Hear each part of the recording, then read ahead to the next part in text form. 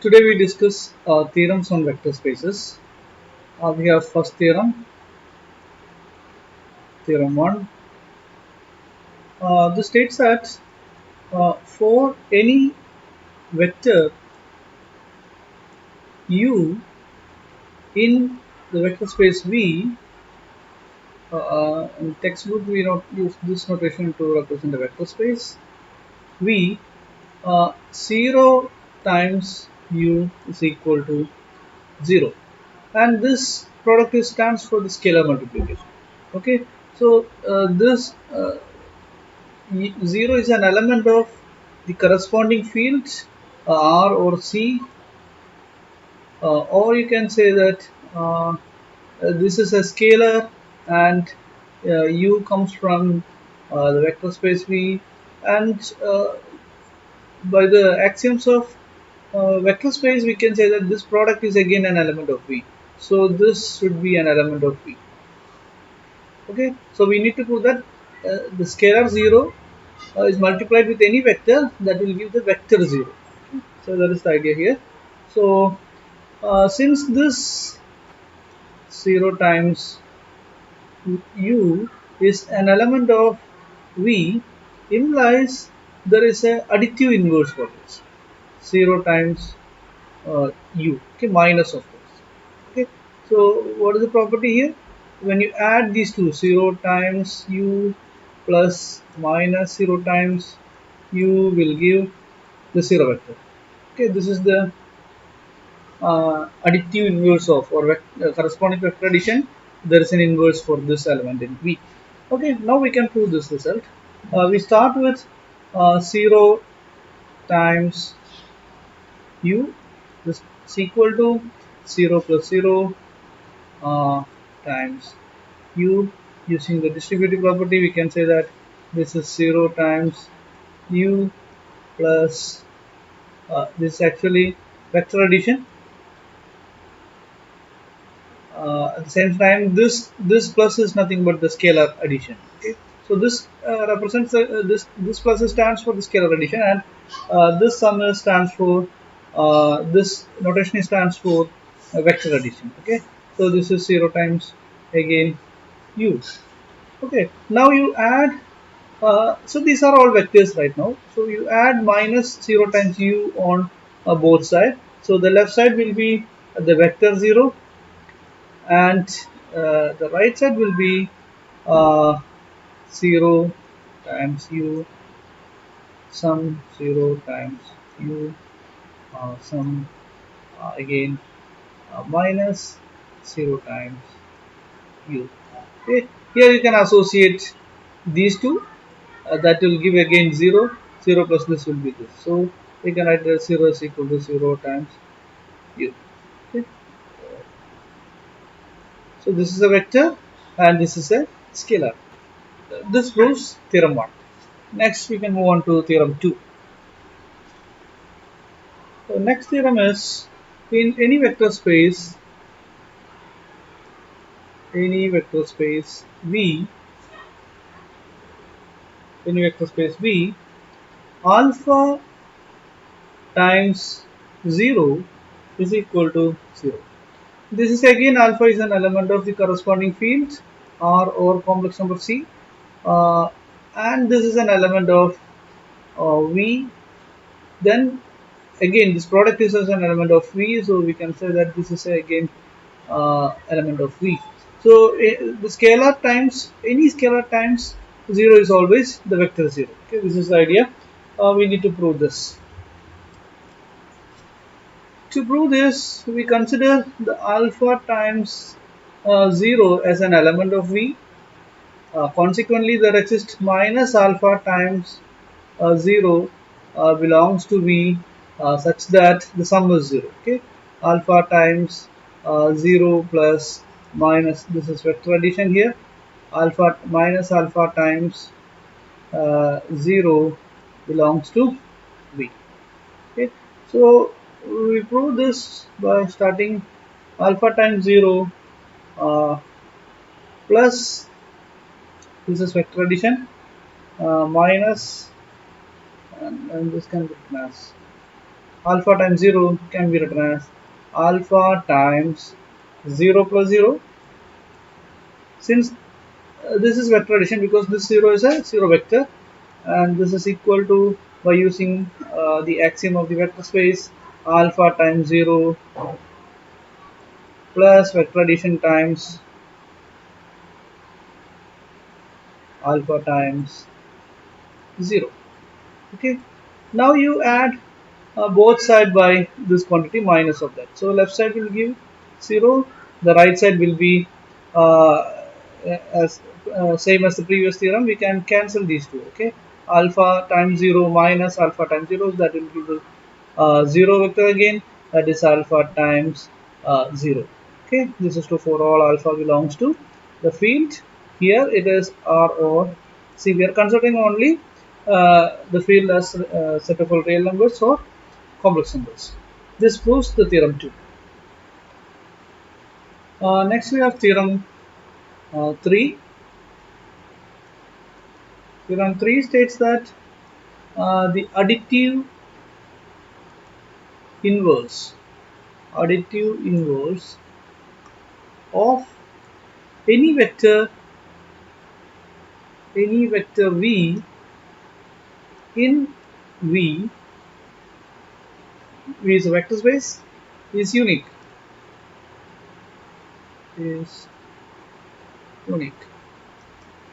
So this is a nice consequence of the group structure. We know that the vector space V along with the vector addition give the group structure. So in a group, the additive inverse, in a group, inverses are unique for a corresponding element. So the result follows immediately from those group structure.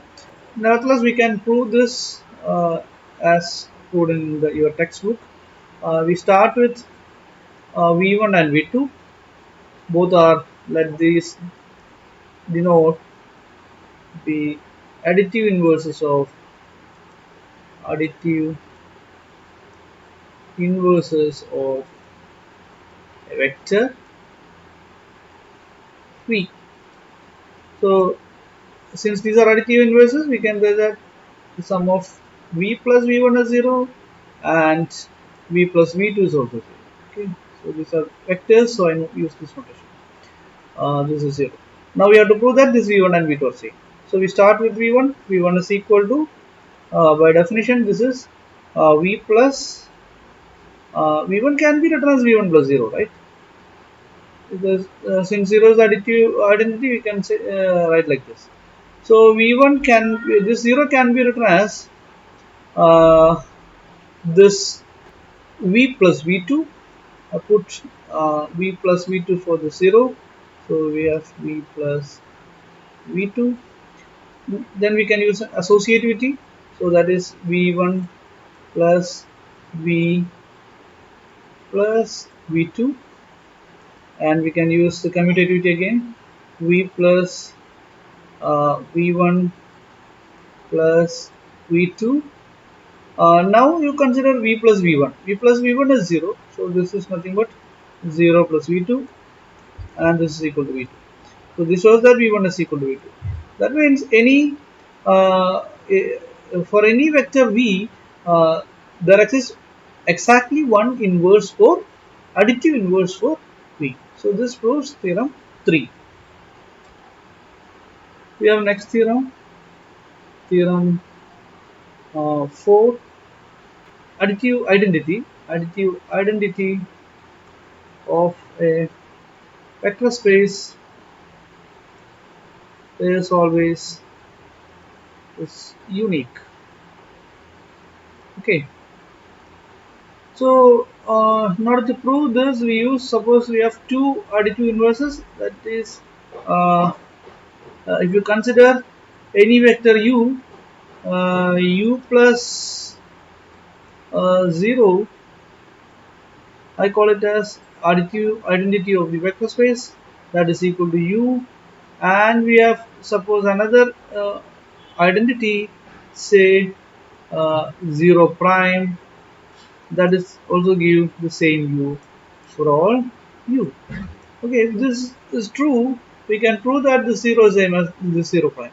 So if you write 0 is equal to 0 plus 0 prime, okay, because we know that this is true uh, for every u this result is true, okay.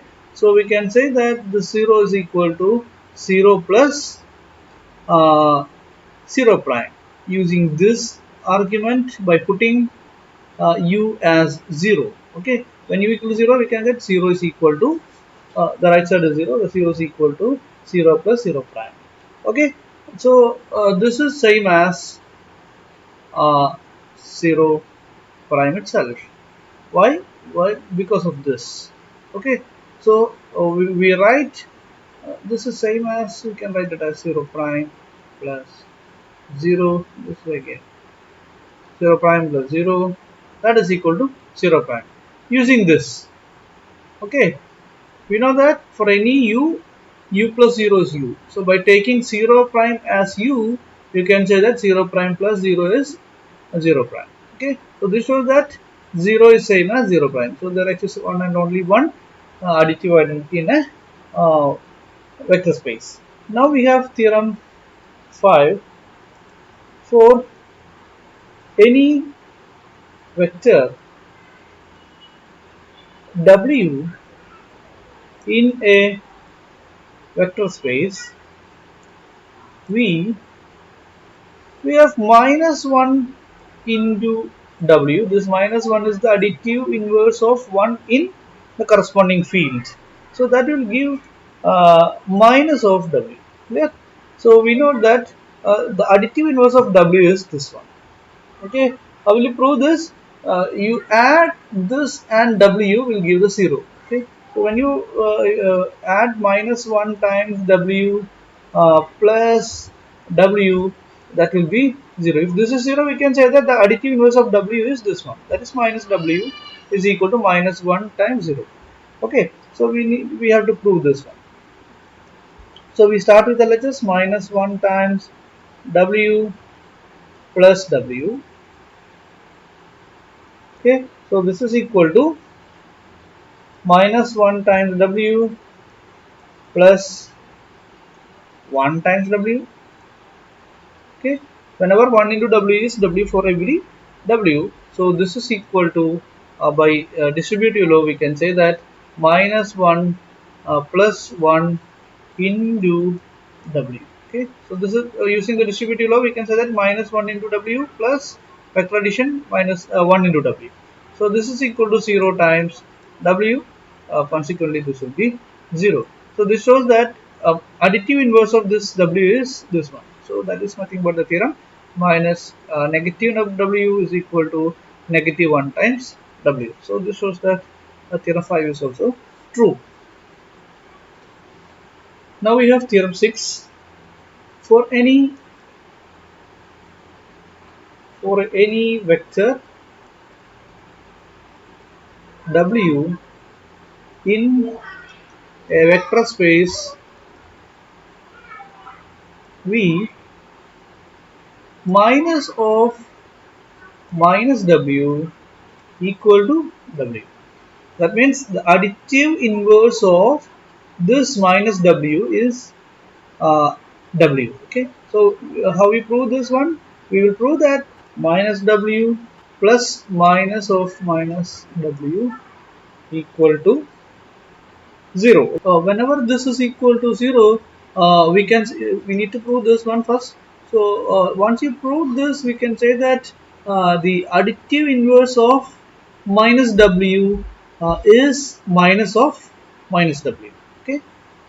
So first we will prove this one minus w plus minus of minus w.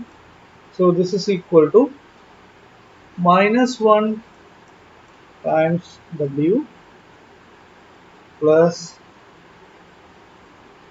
minus of minus w. This the first minus w can be written as minus 1 into w. Okay. Now we can write it as minus 1 times w plus minus 1 times minus w. this minus of minus w can be written as minus 1 times minus w. Using the distributive law, we can say that this is minus 1 times w plus minus w. So this is equal to minus 1 times is equal to 0. This shows that additive inverse of minus w is minus of minus w. But we know that additive inverse of w is an additive inverse of this minus w, right? W is an additive of w, additive inverse of minus w. So we know that there exists exactly one additive inverse for each of the elements of V. So this minus W never be two additive inverses, but in this case W and these are additive inverses. So we can say that W is equal to minus of minus W. Next we have last theorem, theorem 7. Okay, let alpha be a scalar and u a vector in a vector space V. Okay, if this alpha times u equal to 0, then either alpha equal to 0 or u equal to 0. Okay, so this is the not case when we consider real numbers a b equal to 0 implies either a equal to 0 or b equal to 0, because in this case we are considering a and b from the same structure. If you are considering field, then a and b come from the fields, but here we are considering alpha and u from different structure. This alpha comes from a field, but this u is not from a field. This u comes from the vector space. So this is not similar to the case we have discussed in your degree classes, that a b equal to 0 implies either a equal to 0 or b equal to 0. But we can use the properties of uh, the field and vector space to prove this. Okay?